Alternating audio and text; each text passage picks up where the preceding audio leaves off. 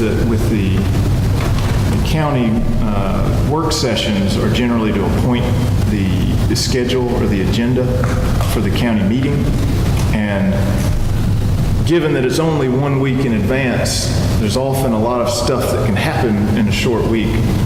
So perhaps as a long-term change, maybe for year 2018, you might consider having like the work session, say, 2 weeks in advance, or maybe even the week after the county meeting, just to give more time in between. That's just a thought thrown out there.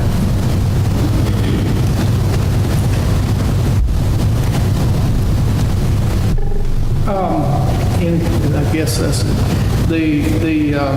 just make a note there in number 6 that I'm going to be going to the Learning Academy at Augusta October 13th through the 15th, and there are other ones if anybody else wants to go to those. Did I hear you already? Have you done the zoning commission terms of office yet? That has not been addressed yet. No. We can vote. We got to vote on that. All right, that's coming up under old business as well. Mathis Road project, we are in preparations now to get that started in October. That's fixing a bridge that blew out in December of 2016, I think. I have people from I asked the commissioners to give me recommendations for focus group members, one from each district, for this upcoming community project that we have been talking about. I have 3. I still need a nominee from both districts, 3 and 4. And please appreciate if you could get those names to me as soon as possible. The CDBG that we put in for the Louisville project, the Brinson Road project, it was denied. This is the 3rd year in a row for that same project. And so I had a long conversation with Rick Morris at the RBRC and Lance Renfro, who wrote I guess he's written all 3 of them. Because they have denied it each time for different reasons. And so that makes you think perhaps that they don't think that it's a worthy project. There will be an opportunity in December to talk to DCA panel members, and we're going to try to get to the bottom of what's going on with that project, why it's being continually denied. And if there's something that we can fix, we'll fix it. If they think it's a low priority, then we may recommend that you go to a different CDBG proposal. But right now, I'm hopeful that we can get this project finished because I think it is a worthy project. Excuse me. Now, the only thing we had on there was housing rehab, right? It was in the septic tanks involved? It was septic tanks and rehab. Yeah, but what it was, if you go in and want to put in a septic tank, if the house wasn't worthy, they had to bring it up to standard in order to put it on there.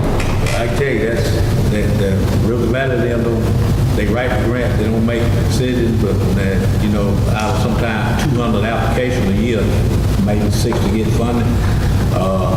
Septic tank in Stewart County ought to be taken off. Period. No more. Well, that's good information, but the problem we had, though, Mr. Renfro, he wanted to do it his way. He wouldn't listen to no recommendation. This is the way it is. I'm gonna do it. You see, so that probably no problem. What was the recommendation? Who they came from? People that he was doing the housing rehab on, or was it us? I beg your pardon now? What was the recommendation that was given to him how to write the grant? It was his decision. I told him that we had a problem with septic tanks, and houses substandard. He wanted to attach them, see, because basically that was a way of getting the points up. With septic tanks, then we had an issue with septic tanks some years back, so I'm quite sure you're familiar with that. And Right. I just think we need to come up with something else, take that off the table. I don't know what we can do. Maybe we can come up with a bigger project like systematic CCA or something, some kind of sewage problem, something like that. Instead of, it's got to be something other than what we're trying to do. Yes, Andrew. Is Mr. there- Brown. Yes, sir. You finished? I think the issue was more with so much maybe not the septic tank, but by who was actually at the time, they kind of, DCA got a little upset with who was signing what papers, who was going down, and it was an issue at the time. But is there any way that can you, the next time you check, Matt, can you find out if we was to do a road project, could we split it up to 2 roads? I know it has to have so many different points. CDBG. Yes, sir. Instead of us trying to do that before we discussed Dalton Loop, they said, well, there wasn't enough people out there, but if we put 2 together, could we get the CDBG grant and break it up to two areas under one project? One project, yeah. And you're saying instead of this project? Instead of, I think he told us the reason we just did the Bluebell area up there, he said you couldn't do 2 projects. Now, that was what he was saying. if that's what he But said. we can ask him, but he said, because we was talking about doing Bluebell and maybe doing another area, and he said the target area need to be together. If it is, that's fine, and what, as a commission, we might want to do is say, okay, we are using Louisville, but that may stretch all the way from Brunson Hill to Big M, or the last road up there that cuts through, and Well, I think we may can split it up in that target area, but do 2 different projects, and would take in more houses in that area. That's the question. I think some of this, if I tell you, was talking about just the housing stuff, but we talking No, we about was talking roads. about the septic tank. No. I know, you talking about the roads where. Maybe they can piece it I don't know whether Oakwood. We asked, I mean, we just need to not apply for that. I think we don't apply for 3 If years. we're missing it, maybe this time we ought to discuss, I'm gonna throw something out there, discuss paving on the flats or something. Because there's enough houses in there that we can do a road off and pave it. We're missing money every year because we're not giving them a good project. And I think it's a lot of man hours involved when you do septic tanks. And we know how many meetings that we had as commissioners and trying to figure out who was gonna do it, and who was hauling the dirt. And I'm good with whatever it takes to get one done. But if we was to say, okay, we want to do a paving project like we did in Brooklyn or out here on Singer Pond Road toward Wrightfield, they were both approved and we had the houses to make it work. And instead of missing another year, maybe we as a commission need to look and say, well, let's try not, maybe not do a rehab on houses, let's do a paving project, but let's go out and find an area that has enough houses on the road that we want doing something like that. You know, Orange Flat does have a lot of, I'm just we using- can use too, like Dalton Loop too. I mean, We could- combine it. We could use it as a safety, I'm just throwing this out there now, food for thought, a safety issue that they're pulling off the dirt road onto a paved right of way, and, you know, they got loose terrain, loose gravel, loose that, if we was to pave, get 2 entrances off and come through, we might have enough to do it, a small throughway and on the flats.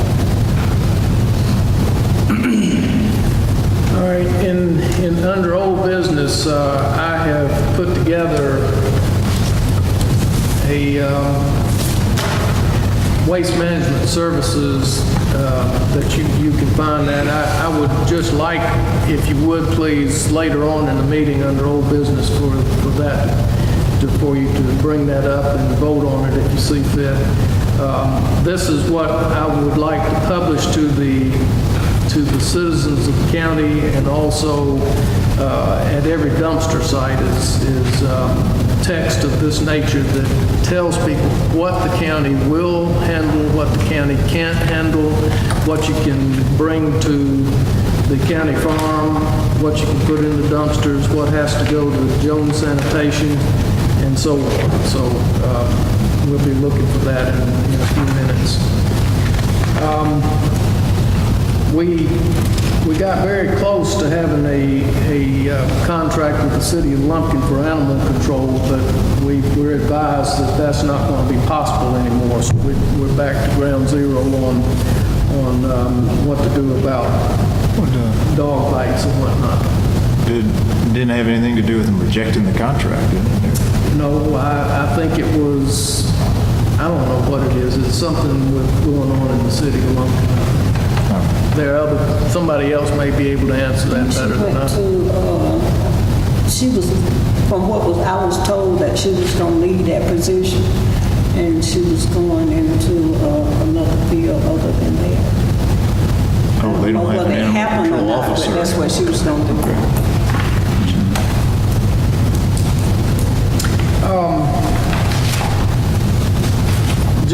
Just to make this observation so that it's out there for you all to know, on the west side upstairs in the courthouse, in the very hardest rains, we are finding water appearing on the windowsills. And in the hardest of the hardest rains is rainwater that's coming into the north stairwell and getting on the steps and in there. So we probably need to start moving on trying to get some repair on the courthouse. Man, we need to start probably trying to figure out what we're gonna do about putting a new roof on this, what we're gonna probably have to start figuring out. So they'll come and look at it, but once it starts failing, then the whole roof is gonna start failing. When they put the roof on, they didn't use the proper material, and contractor noted it, and we let them opt out. And we just took payoff on the bond, and then they left. And so now, once you start seeing leaks, you're gonna start seeing them everywhere. But if you find the one, let me know, because actually, the one there is what you're talking about. We could never figure out where it was coming from. But now these windows, I still believe Are they coming in windows? Well, the seals on this side, and as the rain is blowing from west to east, it kind of colors on the seals, and I just think it's coming in the window. But this spot out here in the hallway, in that stairway, one time it was dripping, and we was there looking at it drip, but that's not where it's coming from. Wasn't it coming up around that clock? Is it coming from the clock? I sent somebody up there to look, but now, that's the issue there, but I think these windows is just because they not weatherproof enough to, and that, it don't do it every time it rains, but if it's blowing, I think they're not sealed enough to where it just pulls up. But this is the area out here, and we did think it was coming from the clock, but I guess the only way to find out is send somebody up there when it's raining. All you do, just like I said, we do the new roof, and that might take care of the whole problem, but the other thing is it was put on wrong. We took a settlement, and we might be expecting this time for us to do that. If it's just the windows and not dripping in from the inside of the windows, then we probably got some time. But if the roof is leaking in multiple places, then that means that the seams are giving it. Okay, well, the thing with the north hallways, I've seen water in there twice since I've been around, and this last time, oddly enough, we didn't find much water at all on the west side during Tropical Storm Irma. What instead was, we found abundance of water in the north stairways, both of them. And I guess because the water was coming from the east instead of from the southwest like we used to.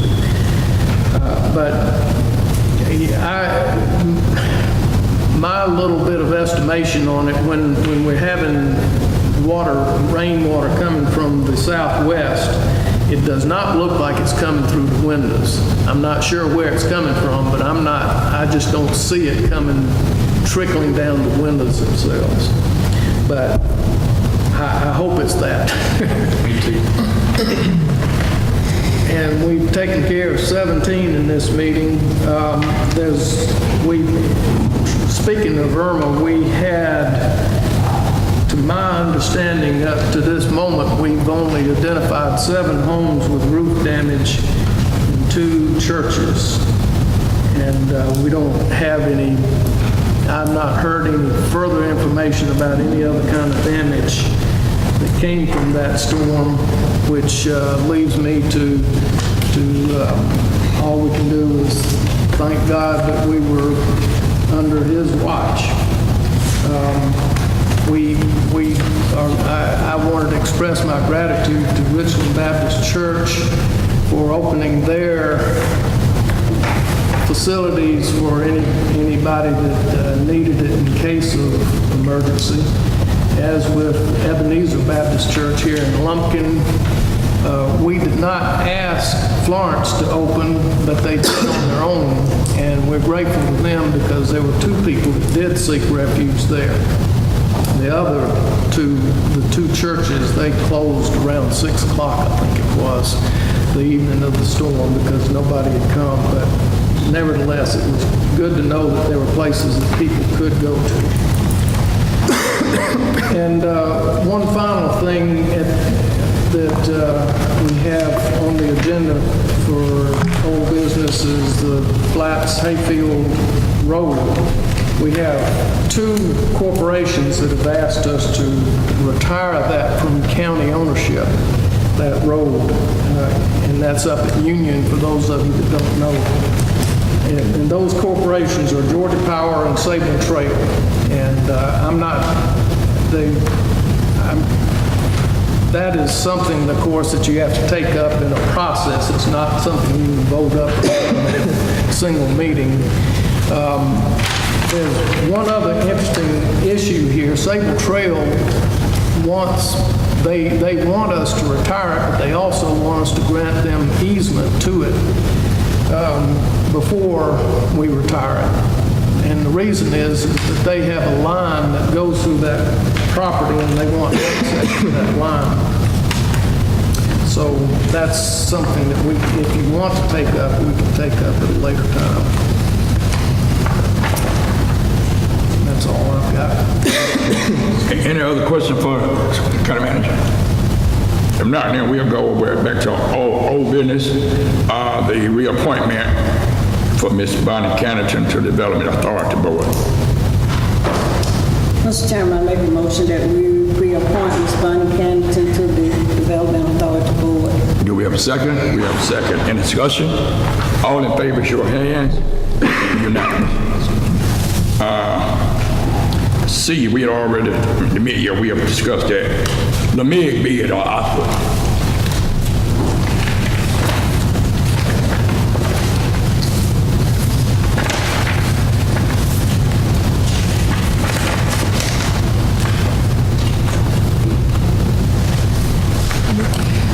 The proposal on this, let me get back to my report here, is that we make up the difference between well, first of all, the proposal that I'm recommending to you is that we accept Oxford's bid, and we have a shortage of income, a shortage of money available from the LMIG, and so we need to supplement it.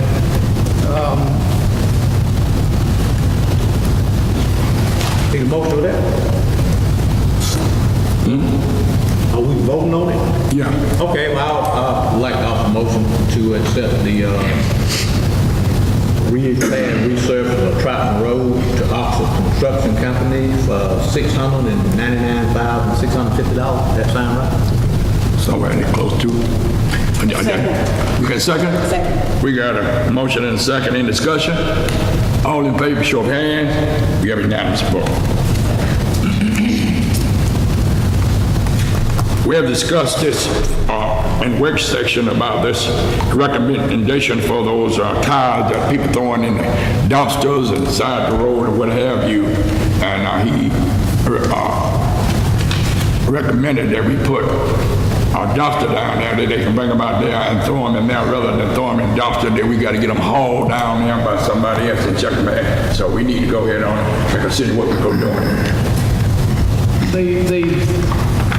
And we talked about all of those issues at the last meeting, so this is an inclusive This has the basic policy for all of the different types of waste that we've been able to take up in the last few months.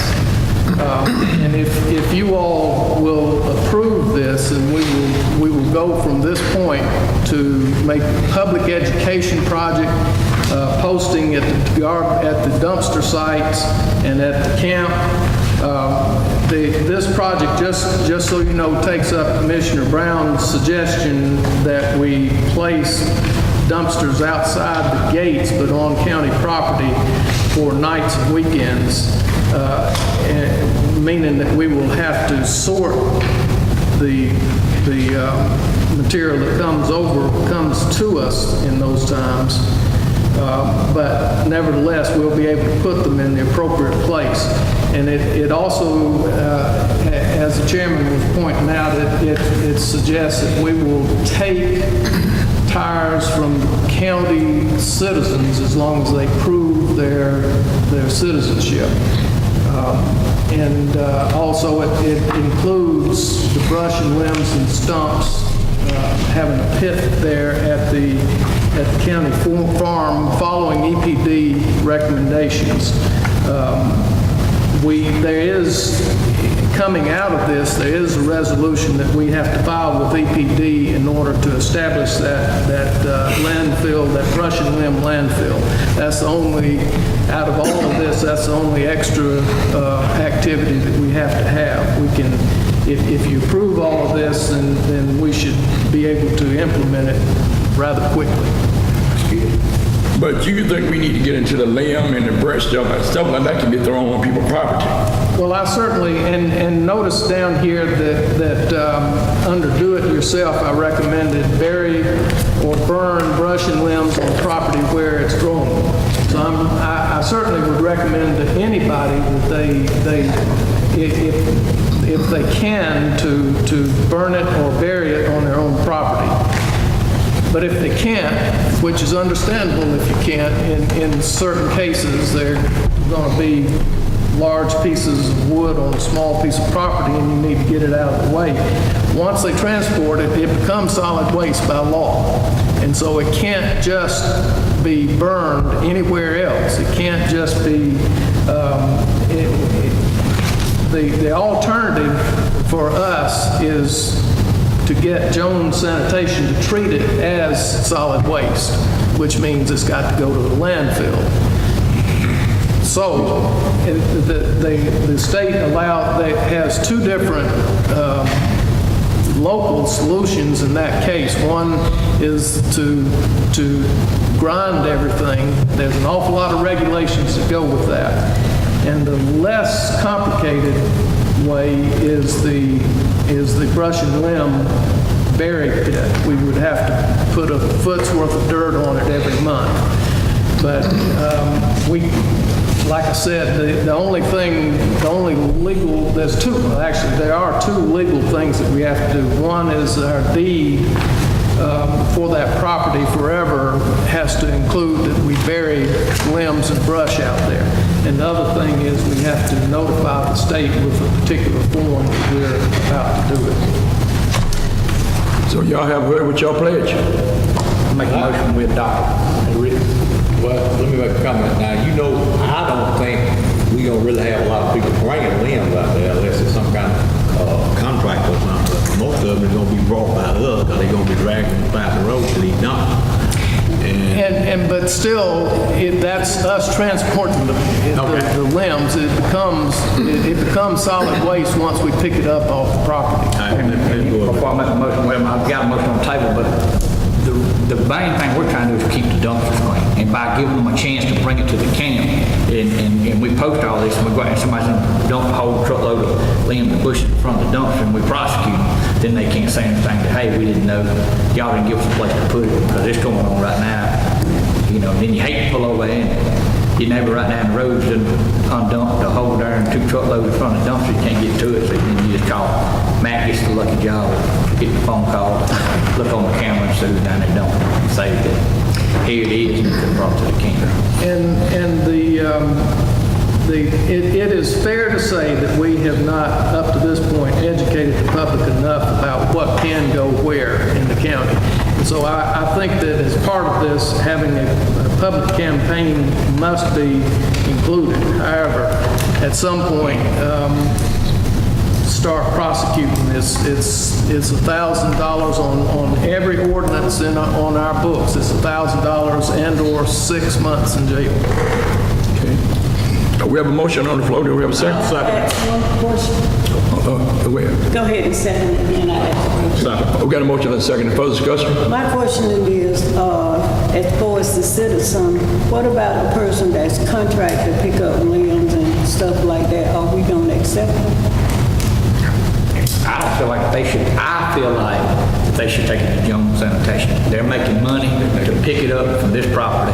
They should not bringing it to the county. No, we don't have that problem. But we need to, I need to add to my motion that excluding contractors. Right.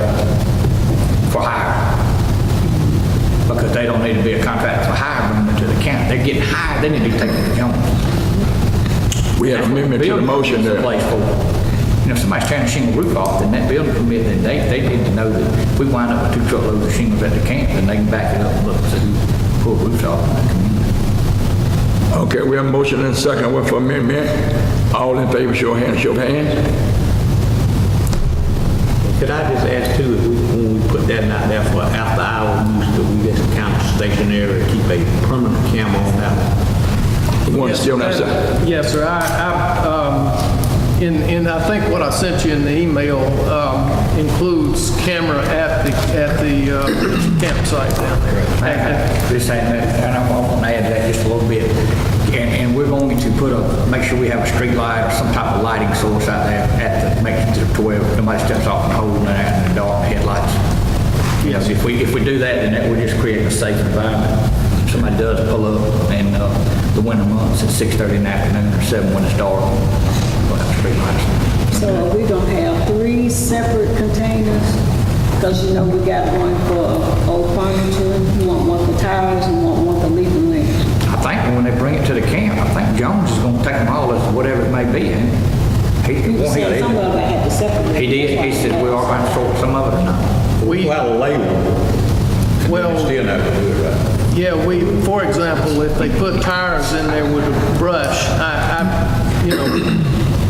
another part of this proposal is that during hours, our staff is going to actively monitor.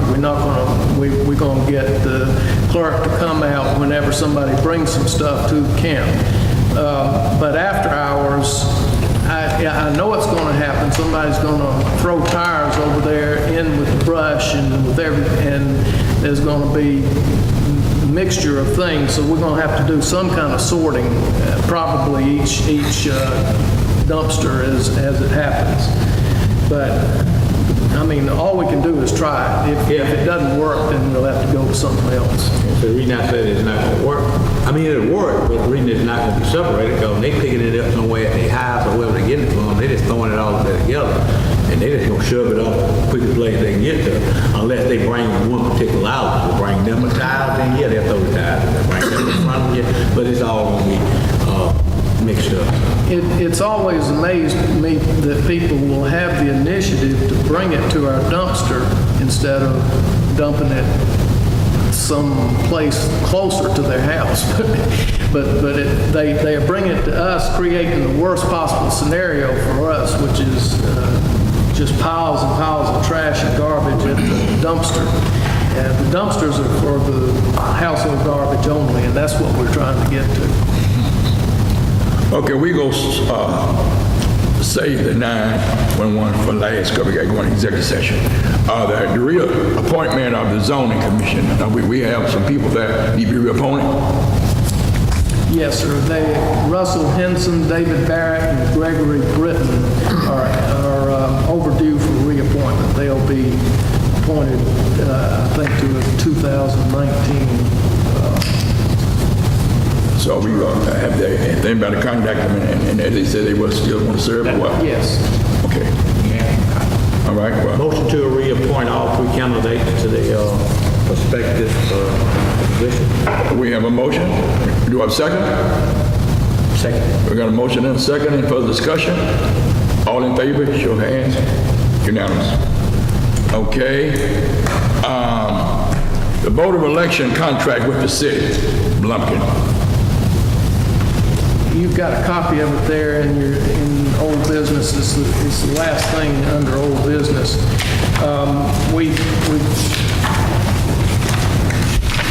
Basically, we have had the two attorneys meet and have come to a conclusion based on what the commission and the city of Lumpkin wanted.